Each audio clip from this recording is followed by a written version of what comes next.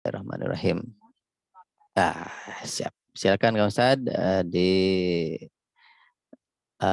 mulai kajiannya. Bismillah, suaranya terdengar, Bah? Halo. Ya, siap. Udah, Kang Ustadz. Udah mantap. Udah terdengar ya? Ya, udah terdengar. Ya. Bismillahirrahmanirrahim. Assalamualaikum warahmatullahi wabarakatuh. Alhamdulillahi rabbil alamin. Allahumma salli wa sallim ala nabiyyina Muhammad wa ala alihi wa ashabihi ajma'in. سبحانك لا علم لنا إلا ما علمتنا اللهم إنا نسألك علما نافعا Alhamdulillah, saya doakan kepada semoga di pagi hari Rabu yang berkah ini, saya doakan semoga semuanya dalam keadaan sehat walafiat. Allah panjangkan umurnya, Allah panjangkan usianya, dan Allah. Baik, sahabat sekalian, pada subuh yang berbahagia ini,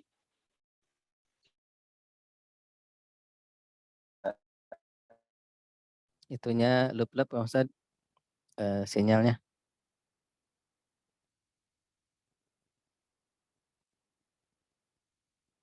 Nge-freeze.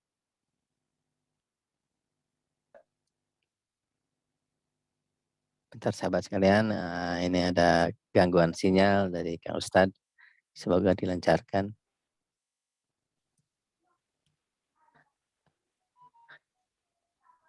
Kalau nggak pakai video, sinyalnya bagus nggak Kang Ustadz? nggak pakai apa?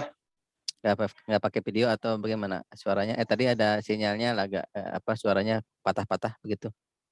Coba diulang di Saya ini nggak lagi. bisa. Oke. Gimana sekarang, Mbak? Bagus. Nah, ya, udah cukup. Bismillah. Ini aja ya. Ya.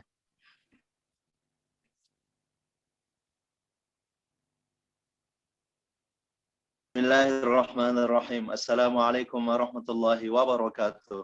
Waalaikumsalam warahmatullahi wabarakatuh. Alhamdulillahirabbil alamin. Allahumma salli wa sallim ala nabiyyina wa ala alihi wa ashabihi ajma'in. Subhanaka la ilma lana illa ma 'allamtana innaka antal alimul hakim. Allahumma inna nas'aluka min amma ba'd.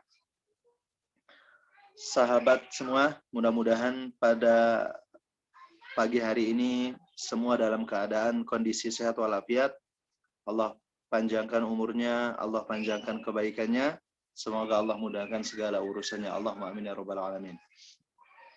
Baiklah sahabat semua, pada kesempatan yang berbahagia ini kita akan belajar tentang kunci sukses rumah tangga muslim dalam Al-Quran. Nah, kajian kita pada kali ini kita akan tentang kunci sukses rumah tangga muslim dalam Al-Quran. Itu bisa dilihat di dalam surah Al-Baqarah ayat 7. Surah Al-Baqarah 187. Bisa ditampilkan ininya, Bah, ayatnya sama terjemahannya.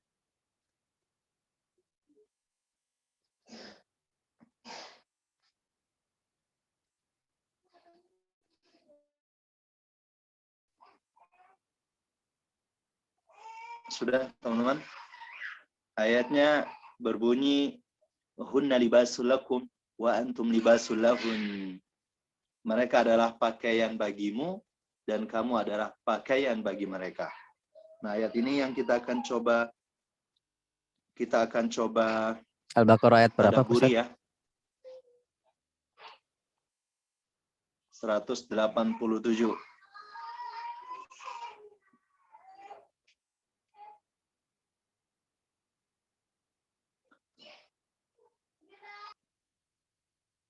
Dapat, Bah? Ada. Bismillah, ini dia mana? Ini dia.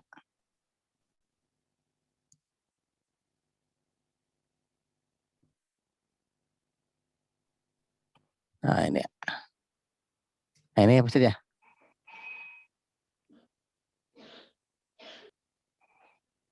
Ya, itu yang mereka adalah pakaian bagimu dan kamu adalah pakaian bagi mereka. Ada ya ayatnya? Ada. Siap. Oke. Nah,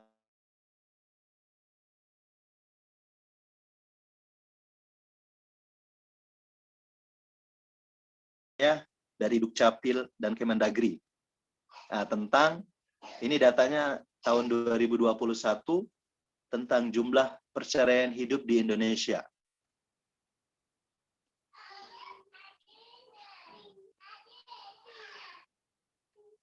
Oke, saya bacakan teman-teman. Jumlah populasi Indonesia itu ada 272,29 juta. Oke, jadi status perceraian di Indonesia tahun 2021 itu ada 1,46%. Atau ada sekitar 3,97 juta jiwa. Ya, 3,97 juta jiwa ya pasangan yang bercerai hidup di tahun 2021. Nah, ini ada top 10-nya. Nah, provinsi mana saja yang paling besar? Pertama itu Jawa Timur, teman-teman. Sekitar 2,2%.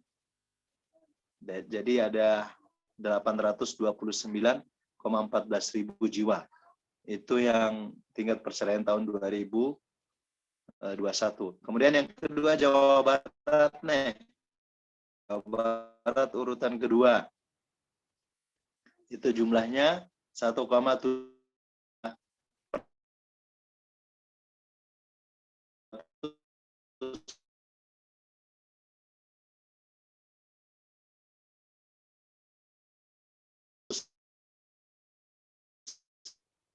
Suaranya ini Ustadz putus-putus.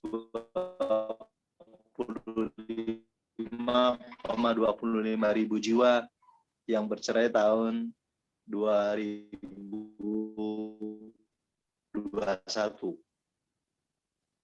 Kemudian setelahnya ada Jawa Tengah, nanti ada Jakarta, Banten,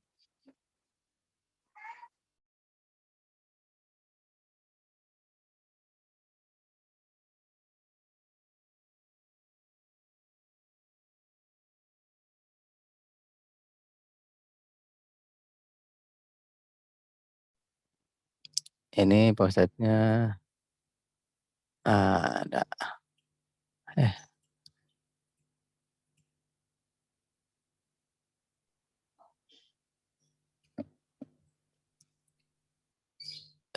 Apa namanya tuh?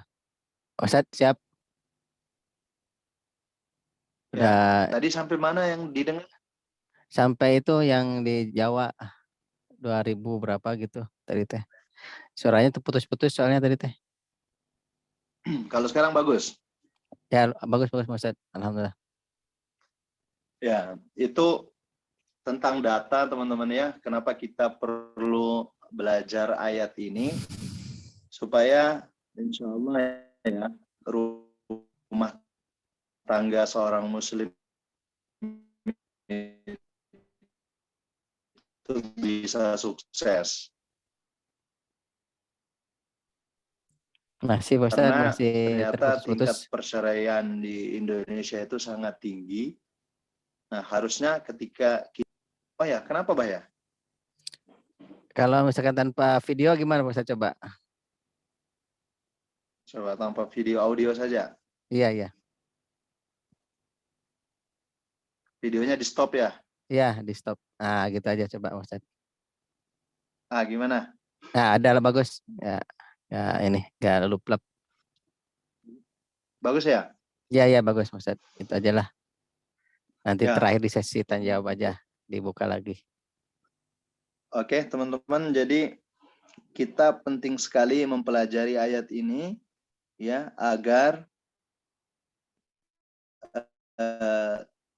insya Allah rumah tangga seorang muslim itu bisa sukses. Karena ternyata tingkat perceraian mayoritas muslim di Indonesia itu masih sangat tinggi.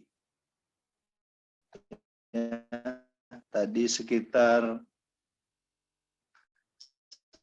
1,4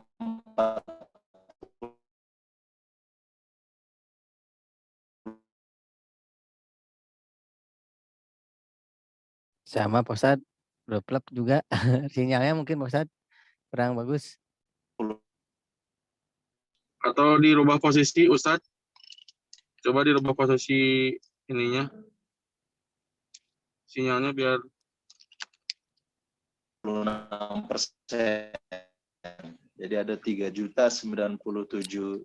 Nah sekarang kenapa Allah memberikan perumpamaan? Ya, kenapa gitu kan? Kita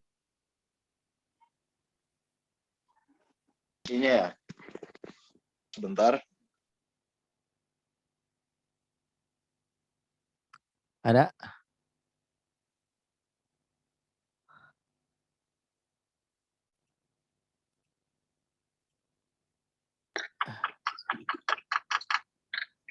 sinyalnya parah, Pak. Sina cari posisi yang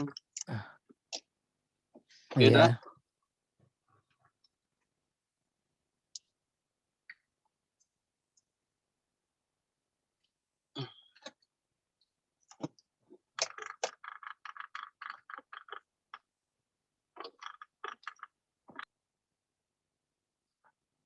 Iya, masih ini. Gimana, Pak? Nah, itu dah. Sinyalnya coba dipindah posisi Pak Ustadz mungkin. Sinyalnya Oke, agak lup-lup terus ya. saya sudah di luar rumah ini. Nah, Gimana? ya gitu. Ya, bagus sekarang. Sekarang ya, bagus, harus dicoba dulu Pak Ustadz. Coba dicoba dulu. Oke, siap Siap. ya. Iya, iya. Oke. Tadi kita sudah baca ayatnya. Kenapa Allah memberikan perumpamaan suami istri itu sebagai pakaian? Ya kan kita perlu tadabbur kan? Iya, iya. Ya, kenapa gitu? Kemudian yang kedua, apa hubungan dan fungsi pakaian bagi manusia? Nah, seandainya kita bisa mengamalkan ayat ini, insya Allah rumah tangga seorang muslim itu akan sukses. Nah, sekarang kita akan pelajari ya. Yang pertama, apa hubungan dan fungsi pakaian bagi manusia? Yang pertama adalah as-sitru. As-sitru itu artinya menutup aurat atau menutup aib. Jadi fungsi pakaian bagi manusia itu adalah menutup aurat atau menutup aib. Di dalam hadis riwayat Muslim, Rasulullah bersabda, "Wa man satara musliman satarahullahu fid dunya wal akhirah." Siapa yang menutup aib, menutup aurat saudara muslimnya di dunia, maka Allah akan menutup aibnya, menutup auratnya di dunia dan di akhirat. Yang kedua, ada hadis yang diriwayatkan oleh Abu Dawud dan An-Nasai. Innallaha azza wa jalla halimun. Sesungguhnya Allah Subhanahu wa taala itu maha lembut, hayyun sittir. Allah itu pemalu, malu, dan sittir, dan maha menutup. Ya, artinya Allah kalau kita berdoa, Allah malu kalau enggak mengabulkan doa kita. Kemudian sittir, Allah itu maha menutup aib, maha menutup aurat. Yuhibbul haya was sitra. Ya, dan Allah itu mencintai orang yang ya senantiasa merasa malu dan menutup aurat atau aib saudara yang lainnya. Kemudian hadis yang ketiga yang diriwayatkan oleh Muslim, kullu ummati mu'afatun illal mujahirin. Semua umatku itu akan dimaafkan, akan diampuni illal mujahirin, kecuali orang yang mujahirin. Orang mujahirin itu adalah orang yang berbangga-bangga melakukan maksiat. Artinya di malam hari Allah menutup aibnya, menutup auratnya di siang hari, dia sendiri yang membuka aibnya gitu. Dia bilang, tadi malam saya melakukan ini dan ini. Padahal itu perbuatan aib, perbuatan tercela, tapi dia mengumbarnya gitu. Nah, ketika dia di siang hari Allah menutup aibnya, ya menutup ininya, pada malam hari dia buka sendiri, itu dia umbar. Nah, Allah tidak suka seperti ini. Artinya apa? Antara suami dengan istri itu harus asitru, saling menutup aib, saling menutup aurat. Tidak boleh seorang suami menceritakan aib istrinya ya di depan orang, atau tidak boleh juga seorang istri menceritakan aib suaminya. Nah, jadi fungsi pakaian yang pertama itu adalah menutup aurat atau menutup aib. Jadi Allah memberikan perumpamaan ya, suami istri itu sebagai pasangan. Artinya dia harus saling menutup aib gitu. Tidak boleh membuka aib pasangannya dimanapun dan kapanpun itu. Nah, ini yang pertama. Saya kira bisa dipahami ya, Pak ya? Bisa, Pak Ustadz, bisa. Jelas, alhamdulillah. Yang kedua, al-miqyas. Fungsi pakaian yang kedua adalah ukurannya pas. Jadi kalau kita pakai pakaian itu yang enak dipakai lah. Tidak sempit dan tidak terlalu longgar. Artinya pas gitu kan. Sesuai dengan ukuran. Apa maksudnya? Dalam rumah tangga, ya, kita tidak boleh merasa kita paling berjasa. Misalnya seorang suami tidak boleh dia merasa paling berjasa, bahwa saya itu di luar rumah bekerja banting tulang, ya mencari rezeki, kamu di rumah enak-enak saja, santai gitu. Padahal dia tidak tahu kalau di rumah itu juga sangat capek dan sangat sibuk kan.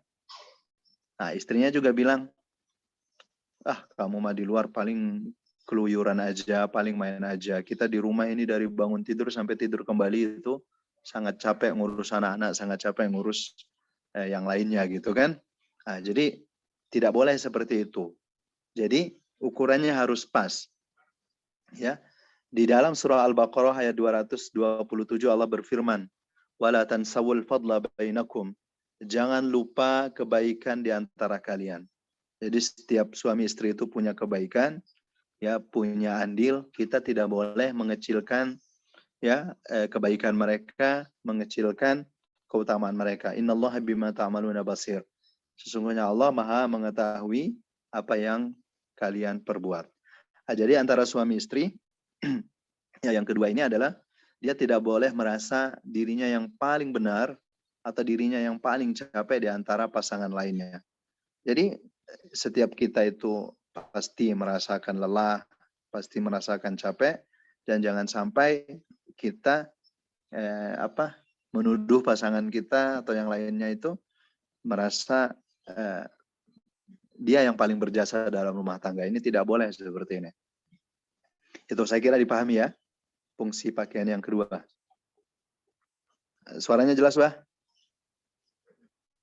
Jelas, Mas, jelas. Alhamdulillah. Oke, yang ketiga. Fungsi pakaian yang ketiga adalah as-sakan. Atau kita pakai itu betah. Kita nyaman pakai pakaian itu ya, betah gitu. Seperti itu. Apa maksudnya? Di dalam surah Ar-Rum ayat 21 Allah berfirman, "Wa min ayatihi an khalaqalakum min anfusikum azwaja litaskunu ilaiha." Dan tanda daripada kekuasaan Allah itu Allah menjadikan pada diri dari kalian itu istri litaskunu ilaiha, agar kalian betah bersama dengan dia. Nah, jadi yang ketiga ini, pakaian itu berfungsi membuat kita betah. Artinya antara suami istri itu harus bikin situasi dan kondisi bagaimana pasangannya betah bersama dengan dia. Ya, jadi harus bikin kondisi seperti itu. Ya, ketika suaminya berdekatan dengan istrinya, mereka nyaman gitu. Istrinya nyaman. Ketika istri berdekatan dengan suaminya nyaman gitu.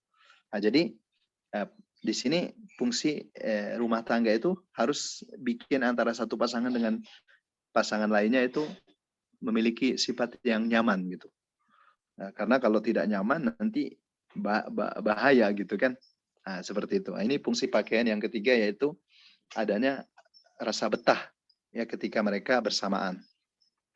Kemudian yang keempat, fungsi pakaian yang keempat adalah al-iltisaq, atau pakaian itu kan nempel ya. Nempel di badan gitu kan. Nggak mungkin pakai pakaian nggak nempel gitu kan. Nah, jadi artinya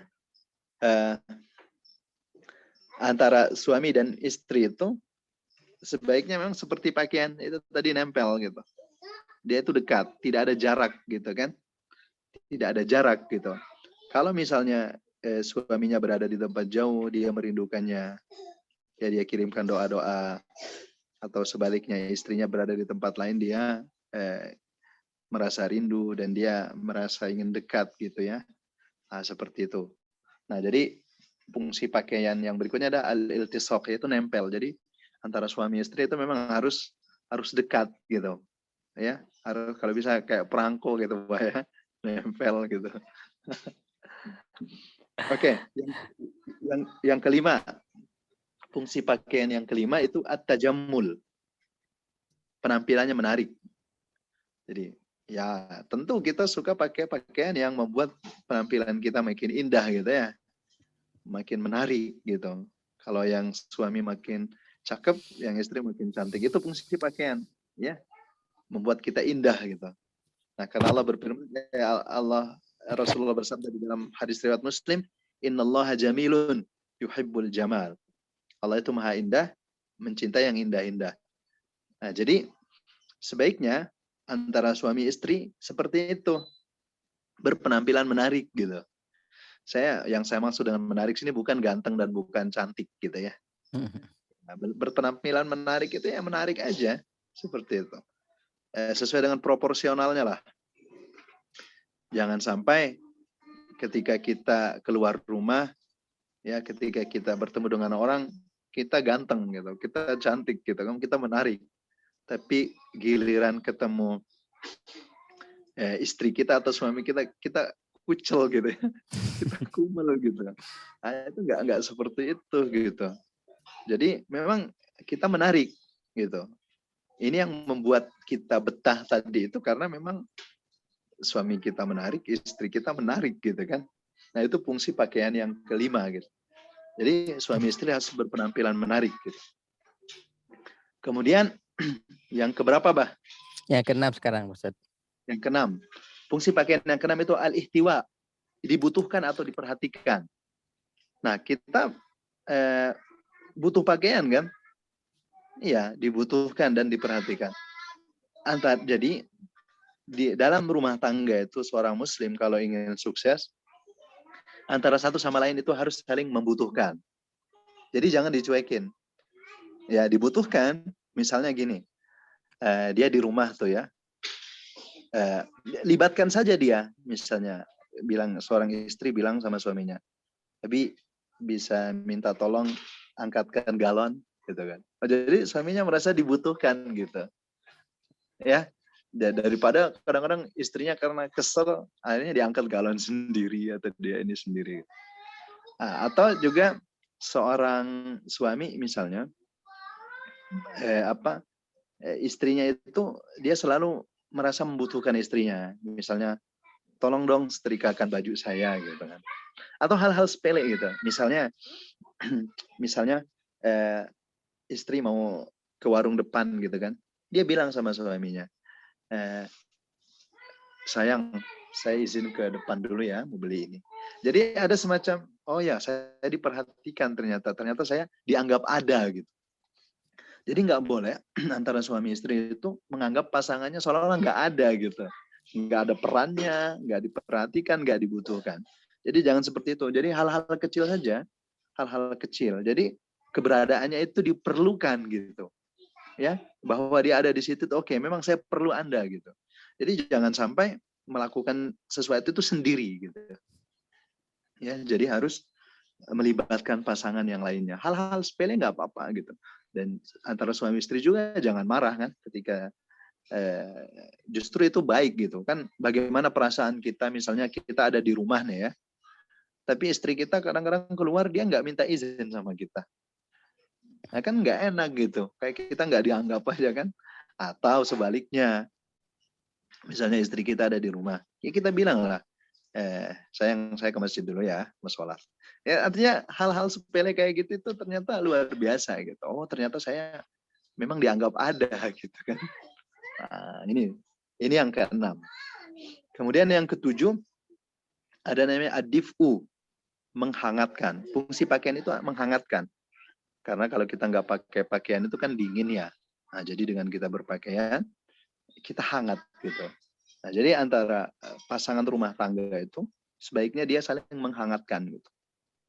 Ya, kan kita nggak tahu suami itu luar biasa kerjaannya di luar mungkin yang menguras emosi gitu kan. Tapi begitu sampai di rumah suasana hangat gitu kan.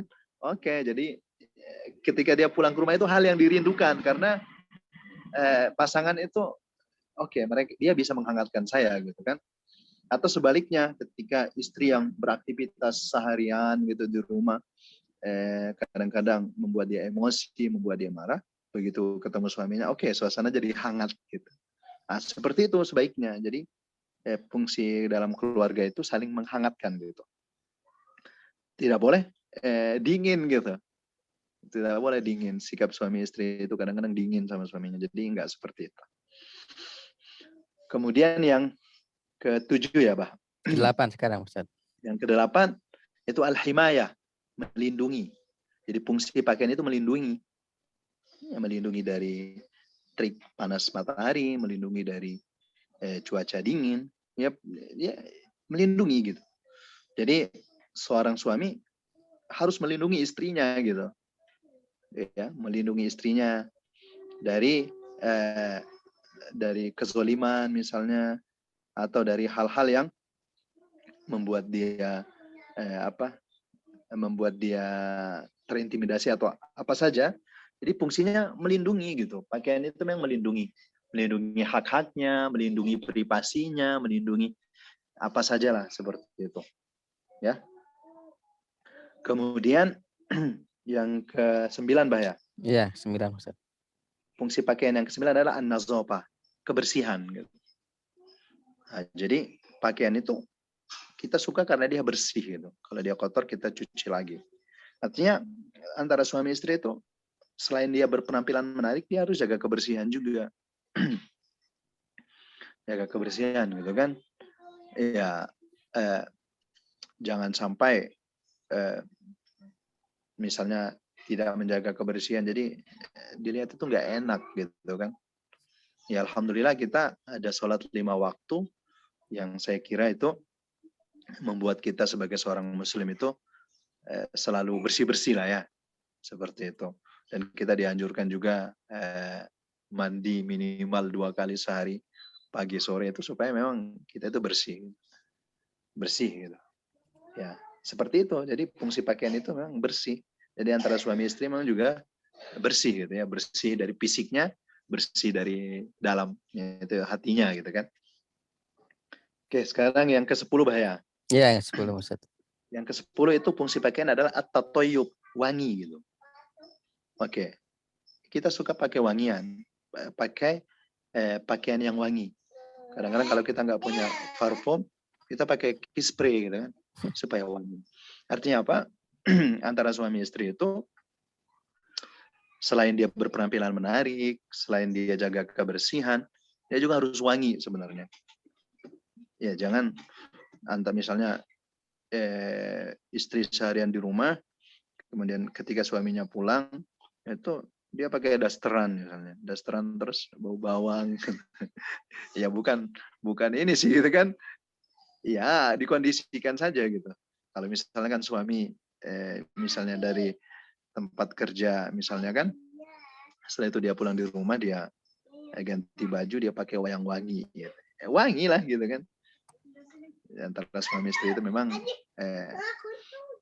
ya selain tadi berpenampilan menarik, jaga kebersihan, memang juga kalau bisa wangi, enak bau badannya gitu kan, seperti itu. Kemudian yang ke-11 Yang ke-11 itu an-naumah, nyaman gitu. Ya, pakaian itu memang harus kita merasa nyaman gitu kita pakai. Ya, kadang-kadang kalau kita sudah tidak nyaman biasanya kita donasikan, Pak ya. Iya betul Ustaz. Nah, jadi memang pakaian itu harus nyaman. Antara suami istri itu memang harus nyaman gitu kan. Ya, nyaman ketika dia berdekatan, tidak nyaman ketika dia jauh gitu kan. Nah, seperti itu. Yang terakhir, yang ke-12 adalah al-fakhr. Pakaian itu harus membuat kita bangga gitu. Bangga ketika kita pakai pakaian gitu. Nah, antara suami istri juga sebaiknya harus ada rasa bangga gitu. Oke, saya bangga alhamdulillah menikah dengan Anda dan Anda juga bangga menikah dengan saya. Jadi jangan kesannya itu nyesel gitu. Saya nyesel banget sih nikah sama kamu. Saya juga nyesel gitu kan. Nah, jadi nggak seperti itu. Nah, jadi ini 12 hal yang Allah berikan perumpamaan terhadap pakaian dan itu fungsi pakaian itu ngena banget. Dan sebaiknya fungsi pakaian yang Allah fungsi dan tujuan dari pakaian itu memang ada dalam rumah tangga kita kalau ingin sukses. Ya, karena mereka itu adalah pakaian buat kita dan kita pakaian buat mereka. Jadi 12 fungsi dan hubungan antara manusia dengan pakaian ini harus realisasi dalam rumah tangga. Oke, bagian yang terakhir. Dalam rumah tangga itu diperlukan 5 hal. Ya. Dalam rumah tangga itu diperlukan 5 hal. Yang pertama diperlukan yang namanya ilmu. Ya. Jadi ilmu ini yang kemudian akan membuat kita visi misi kita panjang. Visi misi kita itu sampai di akhirat gitu kan. Jadi rumah tangga itu bukan visi misinya dunia saja, bukan seperti itu. Ya, tapi bagi seorang muslim dengan ilmu itu visi berkeluarga itu yaitu ketika bisa berkumpul lagi dengan keluarga utuh di dalam surga. Nah, itu. Jadi visi rumah tangga seorang muslim itu nanti di surga, bukan di dunia gitu. Yang kedua diperlukan yang namanya iman. Nah, iman ini yang kemudian akan memfilter yang kemudian akan membuat kita terjaga gitu. Kebanyakan orang yang seleweng gitu ya rumah tangganya itu karena nggak ada iman gitu, nggak ada yang memfilter, nggak ada yang melindungi dia. Kan kita makanya orang itu mudah selingkuh atau apa ya karena memang dia tidak ada imannya gitu kan. Makanya di dalam hadis itu dikatakan tidaklah seorang itu mencuri kecuali dia tidak beriman.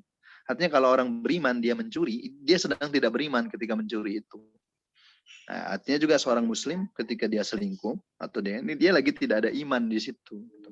Nah, jadi iman ini yang sangat penting ya.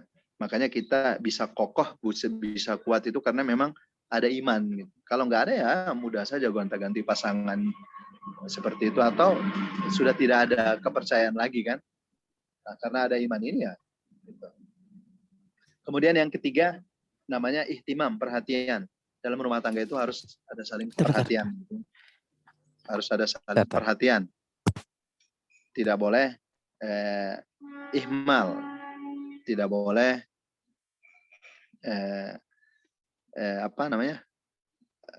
tidak boleh cuek, acuh tak acuh dengan pasangannya.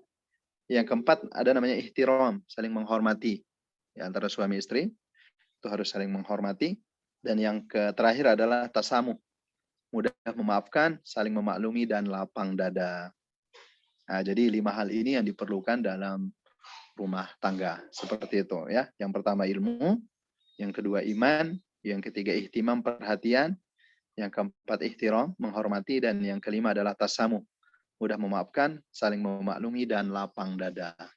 Nah, ini alhamdulillah kajian kita pada kesempatan yang berbahagia ini. Mangga kalau ada yang mau ditanyakan silakan ditanyakan.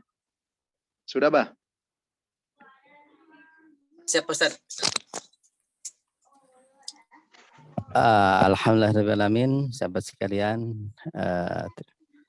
Terima kasih kepada Pak Ustadz yang telah memaparkan begitu banyak sekali ilmu Semoga apa yang beliau uh, utarakan bermanfaat bagi kita semua. Sahabat sekalian, waktu masih jam 6 kurang 3 menit. Silahkan untuk bertanya jika ada pertanyaan ya. Kalau tidak ada pertanyaan berarti nggak akan bisa bertanya ya Pak Ustadz ya. Alhamdulillah, ini ya fungsi pakaian itu ada 12 ya. Ini ada Teh Ari ya Pak Ustadz ya. Assalamualaikum warahmatullahi wabarakatuh. Ini dia. Bagaimana jika ada dua insan yang akan menempuh hidup baru dengan tujuan untuk mencari ridho Allah dan menunaikan separuh ibadah ketika sudah menjadi pasutri karena suami kerja di luar kota sebagai taati pada suami, apakah harus mengorbankan kerjaan istri dan ikut suami? Nah, gitu Pak Ustadz. Gimana katanya? Suami kerja di luar kota sebagai taat kepada suami, apakah harus mengorbankan kerjaan istri dan ikut suami? Jadi istrinya juga bekerja, suaminya bekerja, pas suaminya kerjanya di luar kota, istrinya apa harus ikut juga dengan suami atau bagaimana begitu, Pak Ustadz? Sebenarnya kan ketika orang itu sudah berkeluarga kan, yang tadinya amanah seorang perempuan, seorang wanita itu kan kepada ayahnya ya. Jadi ketika dia sudah ikrar, dia sudah ijab qabul, ya jadi amanah itu pindah kepada suaminya. Jadi kalau tadi surga nerakanya sama orang tua, begitu dia sudah ijab qabul, surga nerakanya itu sama suaminya gitu. Artinya seperti itu. Dan dalam rumah tangga itu ya memang ada fungsi-fungsinya. Seorang suami fungsinya dia itu tadi menafkahi keluarganya, menafkahi istrinya, itu kewajiban suami. Dan seorang istri kewajibannya itu jaga gawang ya, atau jadi kiper gitu kan. Jadi jangan merasa bahwa kita sekolah tinggi kemudian kita korbankan waktu kita untuk anak-anak kita itu sia-sia. Itu enggak seperti itu gitu kan. Kalaupun kan antara itu Allah sudah jamin semuanya kan. Misalnya nih, seorang suami bekerja, cari uang, cari nafkah. Istrinya juga bekerja, gitu kan? Cari uang, cari nafkah. Seandainya kalau istrinya misalnya sesuai dengan fungsinya, yaitu menjaga harta suaminya dan mendidik anak-anaknya, maka insya Allahnya rezekinya itu sama gitu. Sama ketika mereka berdua bekerja atau sama ketika hanya suaminya yang bekerja, istrinya di rumah gitu. Seperti itu. Ya, memang sebaiknya harus ikut sih, gitu kan. Ya, legowo gitu. Karena memang fungsi dari istri itu memang ikut sama suaminya. Gitu. Ya, menjaga harta suaminya dan mendidik anak-anaknya seperti itu. Kalau sekarang misalnya semua kerja misalnya, kayak anak-anaknya dididik sama orang lain seperti itu. Nanti anak-anaknya diajari ngaji oleh orang lain. Anak-anaknya diajarkan ibadah oleh orang lain. Terus fungsi orang tua apa gitu? Justru anak menghafal doa kedua orang tua, Rabbighfirli wali walidayya warhamhuma kama rabbayani shaghira, itu bukan dari orang tuanya, justru dari gurunya gitu kan. Nah, itu tahu nggak artinya itu? Rabbighfirli, ya Allah ampuni saya, wali walidayya, dan kedua orang tua saya, warhamhuma kama rabbayani shaghira. Ampuni mereka sebagaimana mereka mendidik aku di waktu kecil. Oke, pertanyaannya, orang tua saya nggak pernah didik saya di waktu kecil. Gimana kan? Yang didik saya itu justru guru saya, yang didik saya itu justru orang lain. Ya, bisa saja pahalanya itu tidak kepada kedua orang tua, karena orang tuanya hanya sifatnya biologis saja. Sementara pendidikan rohaninya, ruhnya itu didapat dari yang lain. Maka ini seperti itu, ya.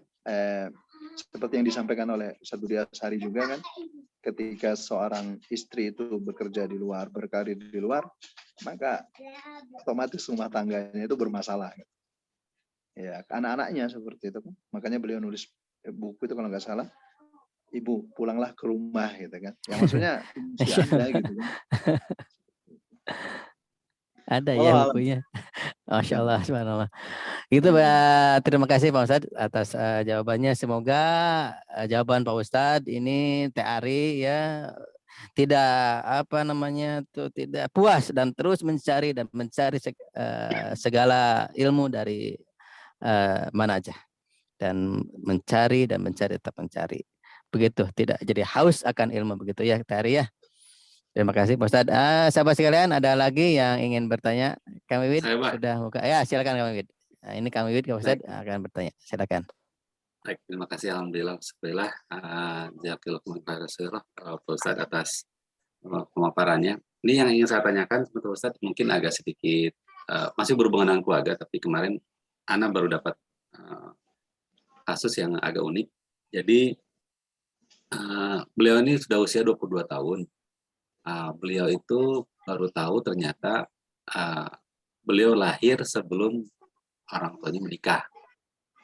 Nah, beliau nanya ke saya apakah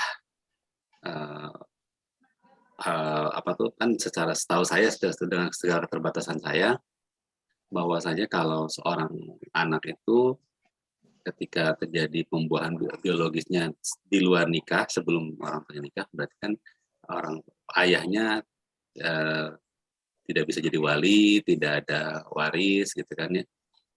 Nah, mungkin Pak Ustadz bisa memberikan saya gambaran yang lebih konkret. Jadi beliau itu orang tuanya menikah setelah dia lahir gitu.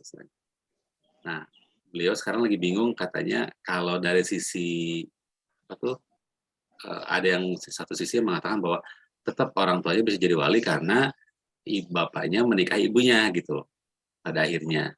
Jangan sisi lain ada yang mengatakan bahwasanya seperti saya tadi paham saya adalah bahwa kalau terjadi hubungan biologisnya sebelum ada pernikahan ya itu tidak bisa jadi wali. Nah, menurut Pak Ustadz bagaimana Pak Ustadz? Kasusnya seperti itu. Ya, bismillah. Jadi sebenarnya kita harus hati-hati ya dalam memilih pasangan gitu. Terutama kalau dia adalah seorang anak pertama, anak sulung dan wanita gitu. Harusnya kalau kita sebagai seorang suami harus nanya dulu.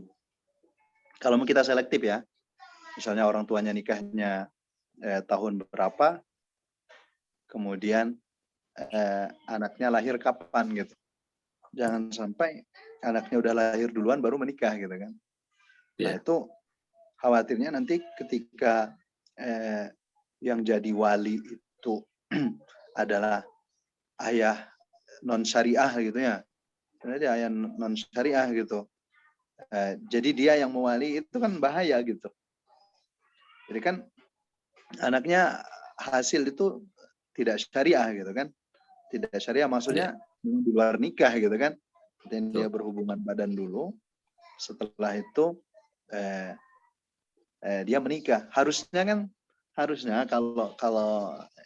kalau kita betul-betul mau ikut syariah kan, misalnya dia itu lahir misalnya hamil di luar nikah kan, harusnya dia menunggu dulu anaknya lahir, baru nanti ada iddahnya baru menikah gitu.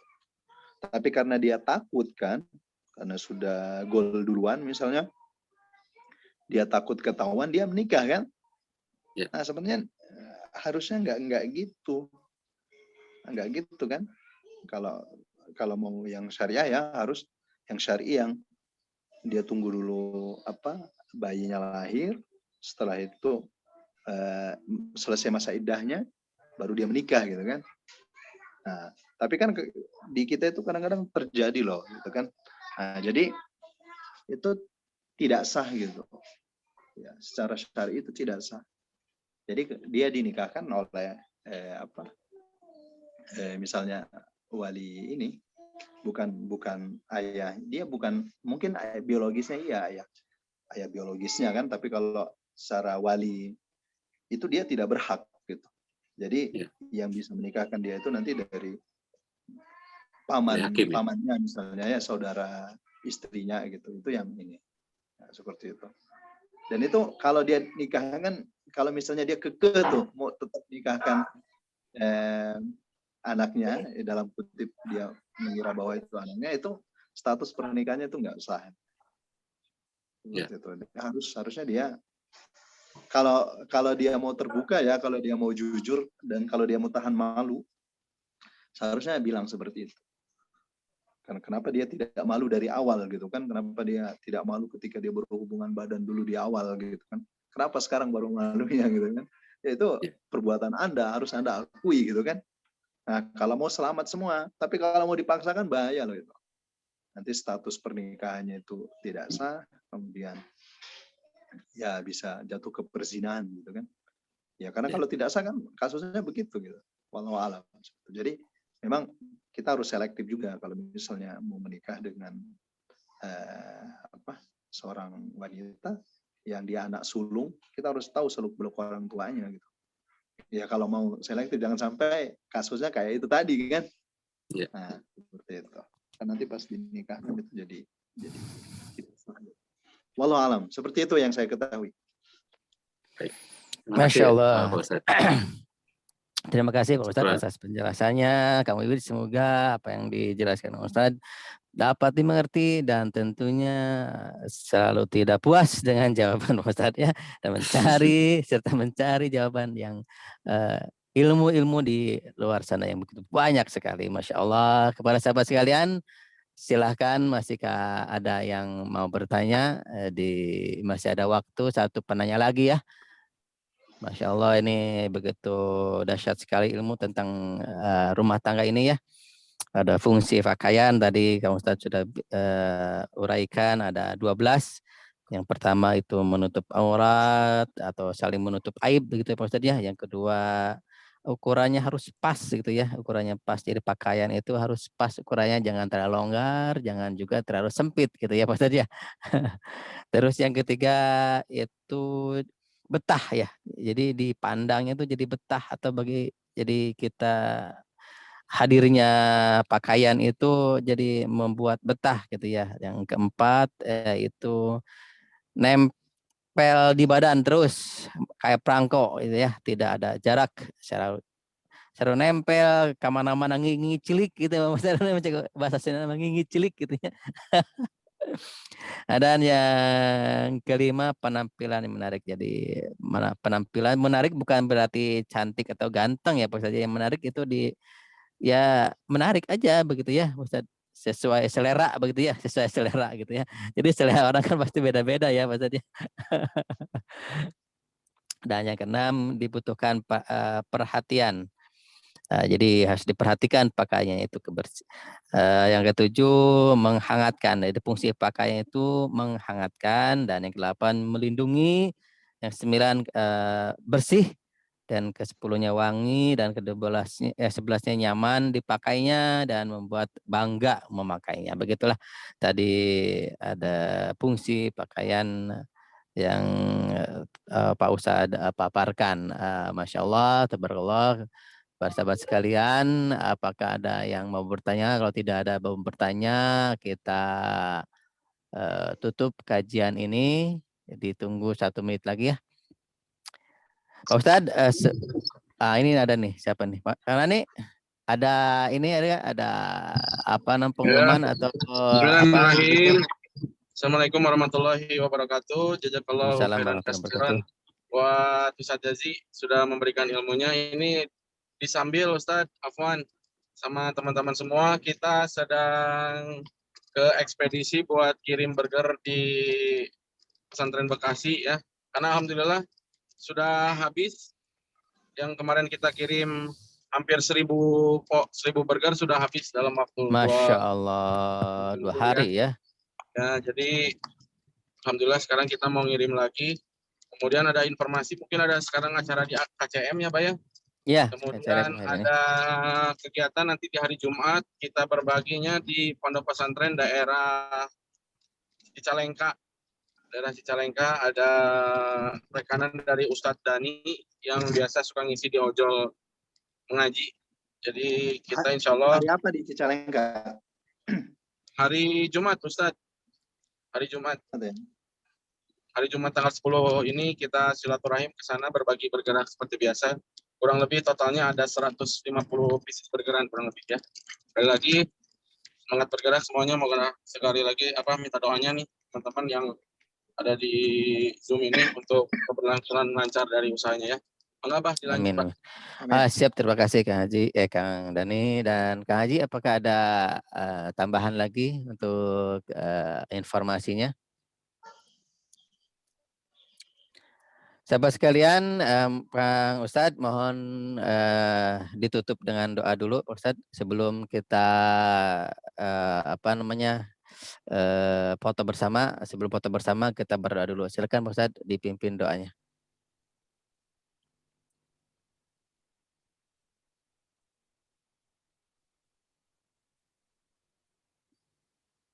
Ustadz siapa ini? Ustadz. Siap. Ustadz Dedi. Ustadz Dedinya lagi making, Ustadz. Ustadz Ahmad aja yang langsung dipimpin. Silakan Ustadz. Tafadhal. Udah pakai sorban soalnya itu gagah. Allahumma salli wa sallim ala nabiyina Muhammad. Kita berdoa ya teman-teman ya. Mudah-mudahan Allah SWT menjadikan visi misi keluarga kita itu sampai di surga Allah Subhanahu wa taala. Amin ya rabbal alamin. Jadi Allah kumpulkan kita di surga Firdaus sebagaimana Allah kumpulkan kita di dunia. Allahumma rabbana atina fid dunya hasanah wa fil akhirati hasanah wa qina adzabannar. Rabbana hab lana min azwajina wa dhurriyyatina qurrata a'yun waj'alna lil muttaqina imama. Rabbana zalamna anfusana wa illam taghfir lana wa tarhamna lanakunanna minal khasirin. Allahumma ighfir lana wa liwalidina warhamhum kama rabbawna shighara. Subhana rabbika rabbil izzati amma yasifun wa salamun ala mursalin walhamdulillahi rabbil alamin. Al-Fatihah.